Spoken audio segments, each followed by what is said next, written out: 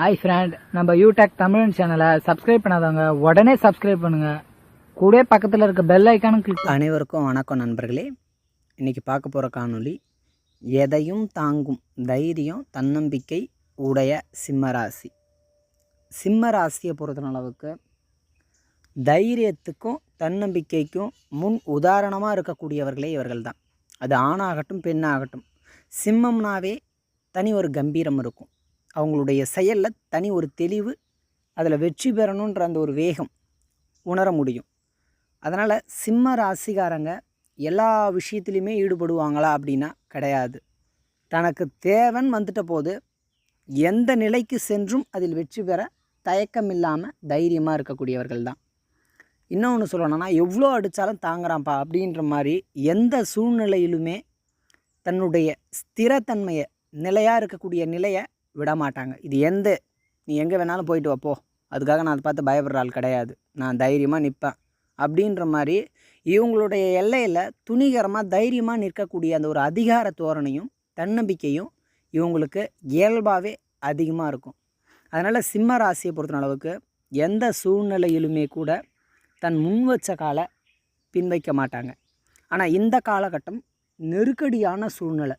ஆனால் எதையுமே அவங்க எதுக்காகவுமே சரி பயம் கொள்வது கிடையாது.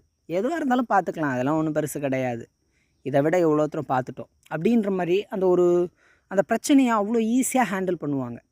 பல பிரச்சனைகள் இருக்கும், சிலர் பீதி ஆகிடுவாங்க. ஆஹா, இதுக்கு என்ன பண்ண போகிறோம், அந்த குழப்பமே இருக்காது. வரட்டும் பார்த்துக்கலாம், அதுவாக நம்மளான்னு பார்த்துடலாம், என்ன பண்ணிட போகுது அப்படின்ற மாதிரி அந்த ஒரு கெத்தே இவங்களுக்குரிய சொத்து.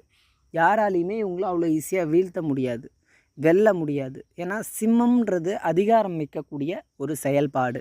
தைரியமாக இருப்பாங்கங்க, எவ்வளோ பிரச்சனை இருக்கட்டும். இப்போ கூட பாருங்கள், ஹெல்த்தில் சின்ன சின்ன பிரச்சனை இருக்கும், மறைமுக எதிர்ப்பு போட்டிகள் இருக்கும், தனம் கஷ்டமாக தான் இருக்கும்.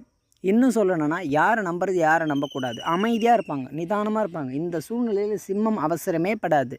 பொறுமையாக தன்னுடைய செயல் என்னவோ அதை மட்டும் நான் பார்த்தா போதும், இங்கே அவனுக்கும் பதில் சொல்ல வேண்டிய அவசியம் கிடையாதுன்ற மாதிரி அந்த கெத்தாக, அந்த ஒரு கம்பீரமாக தனித்து ஸ்திரமாக செயல்படுறதுனால எதை பற்றியும் கவலைப்பட மாட்டாங்க. அதே மாதிரி எப்பவுமே யாருக்கிட்டையும் உதவின்னு போயிட்டு பெரிய அளவுக்கு கூற மாட்டாங்க. தன்னால் 4 பேர் வாழ்ந்தவனாக இருக்கணும், 4 பேரால் நான் வாழ்ந்தவனாக இருக்கக்கூடாதுன்ற அந்த ஒரு எண்ணம், தன்னால் என்ன முடியுமோ அதை செய்யணுன்ற அந்த ஒரு சிறப்புத்தன்மை, உதவியை பெருசாக கேட்க மாட்டாங்க. யாருக்கிட்டையும் தஞ்சம் போகக்கூடிய அமைப்பு சிம்மத்துக்கு இயல்பாக கிடையாது.